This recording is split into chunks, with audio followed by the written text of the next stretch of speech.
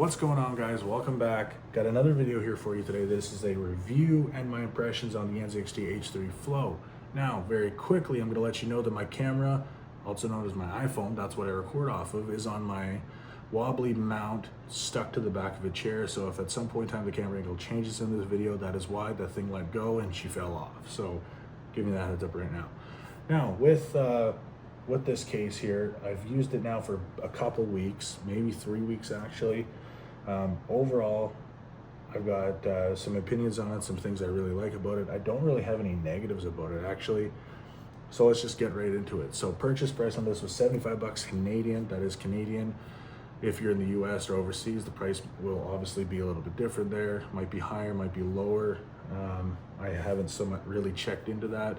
But this was available at Memory Express. It's also available at Canada Computers and Amazon, I believe, in Canada.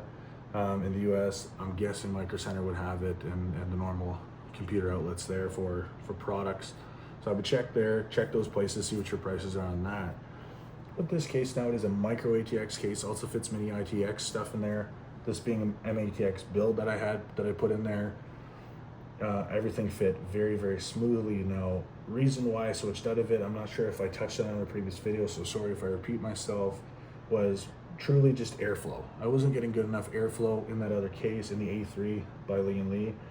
No matter how many fans I slapped in there, the airflow was just not getting where I liked it. The CPU, which is a 7700X Ryzen CPU, was getting to high 80s, low 90s, which by looking online, it says that it can operate at 95 degrees and that's totally fine. That's too hot for my liking. That's especially given the fact that that hit those temps when I was just simply loading a game. When I was in the menu, it was getting that. So it scared me enough to where I just got off the game. I was worried about continuing on, so switched the case out because again, I've added so many fans to that other case and it wasn't improving. So I determined from there, I'm going to try a different case.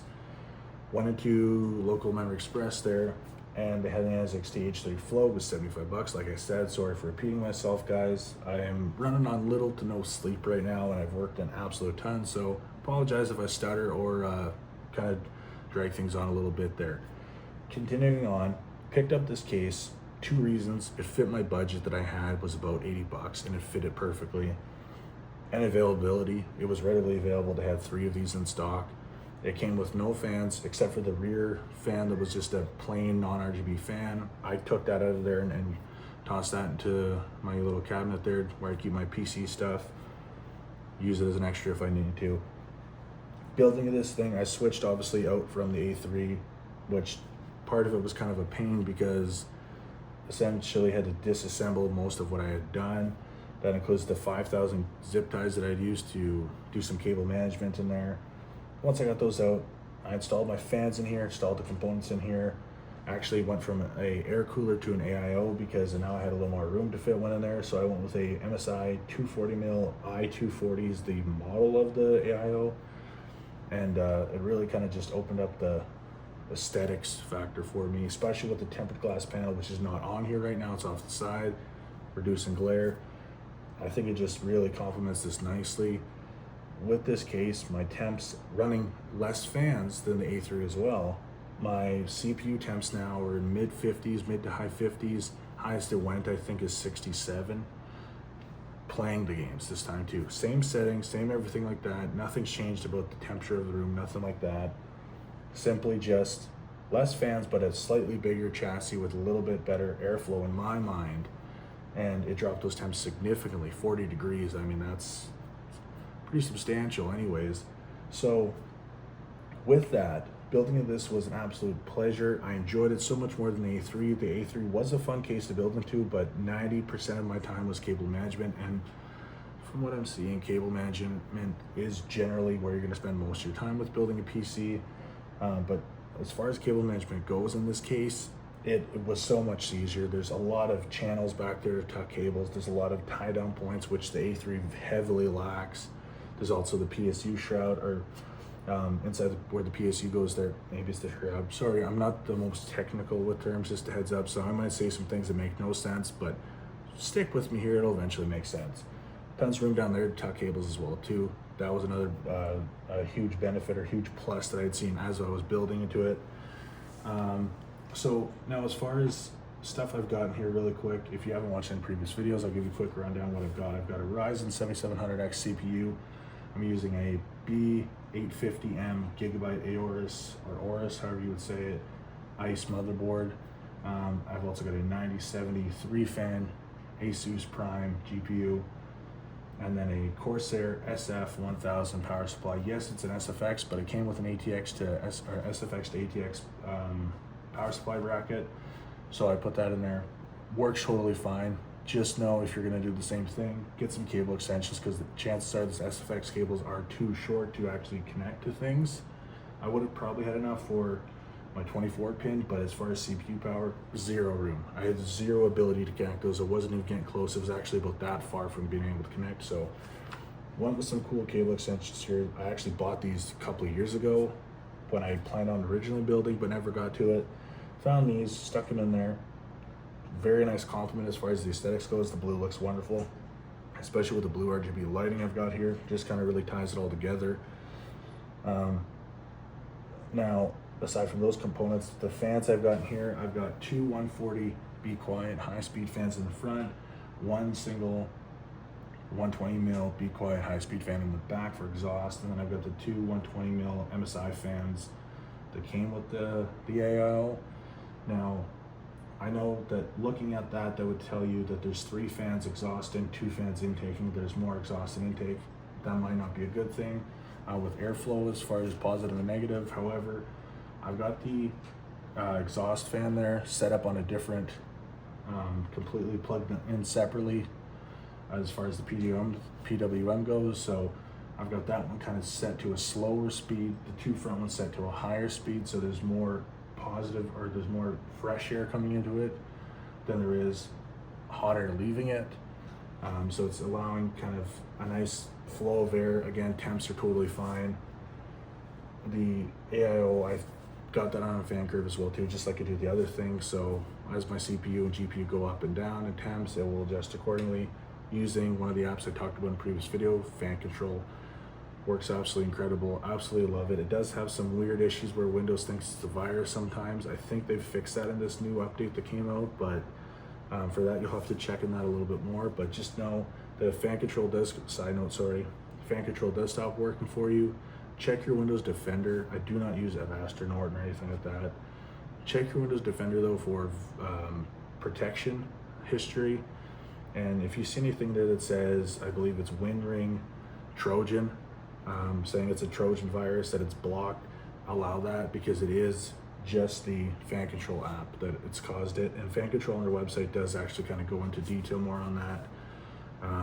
So that's just a little side note there. Continuing on, as far as stuff you can fit in here, you can fit 2 140s or 2 120s in the front. You can fit 2 140s or 2 120s on the top. You can fit one single 120 in the back. And then on the bottom here, there is some designated mounting holes where you can fit 2 120s as well. I don't have any 120s. You probably could add them if you wanted. I didn't need them. My components are nice and cool, so I've got no issues there. As far as now where your PSU goes, that big fan on it is pointing upwards. Why? Because other than this little intake duct here, it's completely flat on the bottom. There's no perforation, no holes, nothing like that for that PSU to pull air that way. However, there's the mesh on this side and the mesh on the other side as well too, so that's going to pull in air that way. So it's not really starving your components up here of air to supply that some air. So I've had no issues with anything getting hot or running hot. Everything's ran beautifully. Now, just overall, given that I wanted to go MATX because of the size, because again, I've got a limited space. I've got a 3-foot by 2-foot desk. I can fit this on here comfortably, my 27-inch monitor, my 2 speakers, my mouse pad, a drink, and my keyboard and mouse, and have tons of room. That's why what kind of really drew me into MATX was being able to have this on a desk in my essentially living dining room area kind of thing, and it not take up a whole lot of room. Yes, I could have won ATX, I'm sure, but again, space was an issue there for me. So Now, though space was an issue and that's what caused me to go lower, I think I really lucked out with picking M-ATX. ITX was just something I didn't really want to get into. I was worried of airflow, but also ease of build. Being my first build, I was worried that I was going to run into some issues there. So rather than putting myself in a position to have those issues, I thought, let's go the kind of the Goldilocks of cases. Let's go with the M-ATX. It was an absolute excellent choice. Now, it's obviously a little taller than the A3. It's not as, there's not as much length to it front to back. It is a little bit shorter. There's one thing that when I bought the case, I was worried that this card wouldn't fit in there. I wasn't sure if the 3-fan card would fit in there as well as it did in the A3. However, it fit in here totally fine. Again, it's a 3-fan Asus Prime 9070 card. Still tons of room in here between my fans and the graphics card. So no issues as far as fitment goes. The motherboard fit in there comfortably. Using those back connect channels, actually I was able to pass through a lot of those case cables to help kind of leave some slack and leave some sloppy cable look underneath here, although you don't really do that and look underneath, right? Now, obviously there's full mesh in the front here. Let me pop this off the shoulder quick.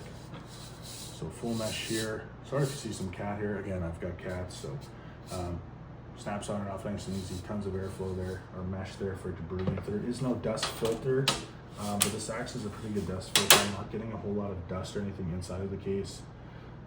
Every so often anyways, I give it a quick wipe with a microfiber cloth just to kind of keep things from getting out of hand. I do it at the front as well as the top too. With this case now, and maybe it just caught me off guard because I'm so new to this. Once you take off that top dust filter there, it's basically wide open here. There's no mesh here. What it is, it's like these massive squares. I don't know how to describe it. Maybe 2-inch wide squares along the whole way, and then some slots on the sides for your fan mounting. So you're definitely gonna wanna run your dust filter on the top there. Just like that, goes in nice and easy. No dust filter on the bottom, but it's the same mesh there. The back is a slightly wider. I'm not sure if you can see the holes here, kind of about the width of a pencil. Holes on the PSU shroud, those are the same sized holes on the back for airflow. Back panel's 90% solid, but there is mesh on the bottom for fresh air to come in that way as well too. And it is a tempered glass side panel. I've got it over there so I don't break it or have any glare in the video. But to kind of sum it up, if you're looking to build a PC, or you're looking to downsize your PC case or change your case if you're already M-ATX or Mini ITX, the H3 Flow deserves some consideration. It's a phenomenal case. As far as building it, it was super easy. The hardest part was putting the components in there, but other than that, I mean, cable management, absolutely tons of it in the back there. There's a massive amount of space to have cables. I've got a lot of cables bundled together and kind of using the NZXT case channels. Tons of tie-down points like I mentioned. There's just no issues with cable management in this case. Even with running the cable extensions too, I had plenty of room to kind of hide or tuck the slack in and zip tie it, clean it up for the excess cable extension cable, I guess is how I would say that. I mean, yeah, just overall, it's just a really, really good case. I don't have a lot of experience with other cases. There might be better out there, there might be worse out there. I'm guessing there's probably worse and better out there. I'm simply just talking on the experience I have. I don't want to talk about stuff that I have never touched or seen or used, because that does nothing. I'm essentially then coming up with things that I've read to tell you, and I want you guys to be informed with an honest opinion and the honest facts of what is just facts, I guess. I mean, sorry to kind of go off there a little bit, but yeah, I mean, that's the plan here is I just want to keep telling you guys about stuff that I use day to day, so you can kind of be informed on that and make a good decision on that. Like I said, M-ATX is the Goldilocks of cases. So I mean, as far as space goes, if you're having space issues well too, or you just don't want a gigantic tower, check M-ATX and check the NZXT H3 Flow. Awesome case. I don't think it comes in an RGB configuration or with RGB fans. Don't hold me to that. There might be that. As far as availability where I'm at, there was not an RGB option. It was simply without that. Although NZXT very quickly does use their own proprietary connector for their fans. So even if it had RGB fans, I don't know if I would have used them, because NZXT fans are quite on the pricey side compared to other fans. Like this 3-pack of high-speed fans was $50 in Canada. That came with an RGB controller, which I didn't use. I just kind of connected the RGB together, daisy chained it, and then used a PWM splitter for these two fans, and then for that one there, obviously on its own. But yeah, guys, anyways, that's about it. I'm just trying to think if I've missed anything. I guess the last thing being, this case will fit an air cooler. I had a Thermalright Peerless Assassin 120 SE air cooler in there. It fit totally fine, plenty of room between the front of that and the tempered glass panel, so no worries about it smacking it or touching it there. AIOs will fit in here again. Now, not really again, I've got a 240 AIO in here. A 280 AIO will not fit in here. It will hit the motherboard. So as far as AIO goes in here, top mounting AIOs can only be 120 mil fans, not 140 mil fans. You can put a 280 in the front, but I didn't want to do that. I'm sure you could. I've heard it's the proper way to do it. I'm not so sure. Again, that's not something I know. I haven't tested it to be able to tell you if it's truth or not. That's just kind of what I've read and heard. Summing it up very quickly, I'm going to give you the specs very fast. Sorry about that. If you want to skip to the end of the video, that's all good with me. Continuing now here really quick. CPU cooler height up to 170 millimeters.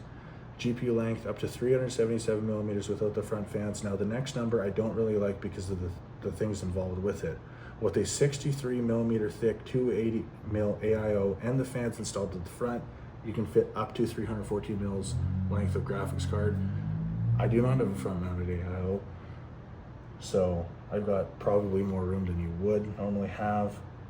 If you need to look and see, again, these are just 120 mil Be Quiet fans, 3-card Asus case, or graphics card, sorry. I've still got about 2 fingers width of space between the graphics card and the fans, so maybe 340, 350 mils as far as room goes, maybe even 360 depending on the thickness of your fans. Not an exact number, but a rough ballpark. I would double check just to see. You could, again, if you really wanted to know, look up the width of this graphics card, the width of those, determine what kind of is the in-between there. I mean, I guess you could even just look up the fans thickness and subtract that off of the 377 millimeters that it tells you it can hold without front fans, and then that would give you your number as far as the graphics card that would fit in there. That's really it. I don't know what else to kind of say on it. Sorry for the ums. I apologize if I start to sound like a politician now with all the ums. Last thing, I apologize.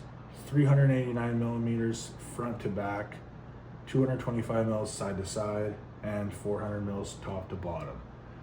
Converting it, I can put that into the description there if you don't do millimeters. I don't like to do millimeters, I prefer inches, but we can talk about that at a later date. Anyways, guys, I appreciate you tuning in. I appreciate you watching my videos. I appreciate the comments, the feedback, the support, everything like that. We've got bigger and better things coming here. I've got more great things to talk about and more fun videos coming.